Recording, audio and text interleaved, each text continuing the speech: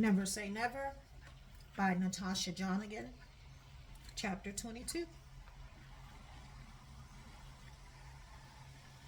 The morning sun rays peeked between the blinds. I looked over at Ron sleeping. He looked so peaceful. I could get used to waking up to him. Gently, I got out of bed and tiptoed to the shower. I had to go to the office to finalize a few things for the retreat. After I showered and lathered my body with lotion and dressed, peeping out the door, Ron was still asleep, and I didn't want to wake him. I left him a note, got my purse, and I lightly closed the door behind me. Taking the elevator down, I checked my watch. I had just enough time to run by the house before I went to the office. Stepping out of the elevator, I walked through the lobby and heard someone calling my name. Cautiously, I looked around and Kevin was standing to my right at the concierge desk. As he walked over to me, I was not looking forward to this conversation. Wow, you're pretty early. Wow, you're up pretty early. What are you doing here? I said before he could ask me. I'm picking up a teammate. So, are we done? Done? I said, not wanting to answer the question. You haven't called or anything. I still don't have a date for the charity event. I'm sorry, Kevin, but I'm moving back to Dallas next week. So you weren't going to tell me? I thought we were better than that. Kevin, I've been busy organizing the retreat and me moving back to Dallas. I want to understand, but I can't. I thought we had something special from the looks of it. We don't.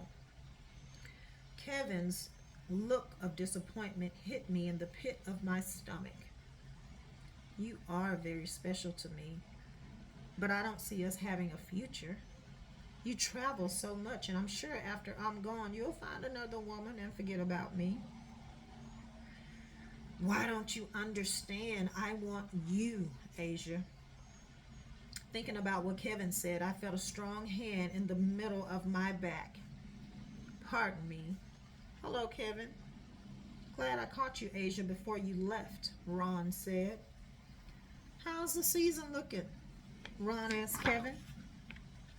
We're getting it in, no doubt, Kevin said with a questionable look on his face. Can I walk you to your car? Ron asked, still with his hand on my back. I was happy to get out of the conversation with Kevin, but I also knew it wasn't over yet. Sure, I said to Ron. Can we talk later? I asked Kevin. Kevin simply shook his head as he watched us walk away. Ron and I reached the car as he opened the door for me. You know Kevin? Well, doesn't everybody? I tried smiling through my dishonesty. I'm sure he was trying to hit on you. Football players are a different breed, I tell you, Ron said, not giving Kevin much thought. Hon, I really enjoyed our time together last night, and I'm hoping we can make this thing official. Don't answer me. Just have a great day, and I'll be in touch. Ron looked around, then leaned over to kiss me. He was so soft and gentle. As I opened my eyes, he was already walking back towards the hotel. Although Ron was much older than me, I could really see myself with him. He was attentive, kind, catered to my every need. Kevin, on the other hand, he was a nice guy that took my mind off Mark and Felicia. When I was hurting, he eased some of that pain. Thinking back to how my husband left me for my best friend led me to the thoughts of Ron's wife. Was he being totally truthful with me about his marriage? How did we go from sleeping companions with financial benefits to a real relationship? Life is funny.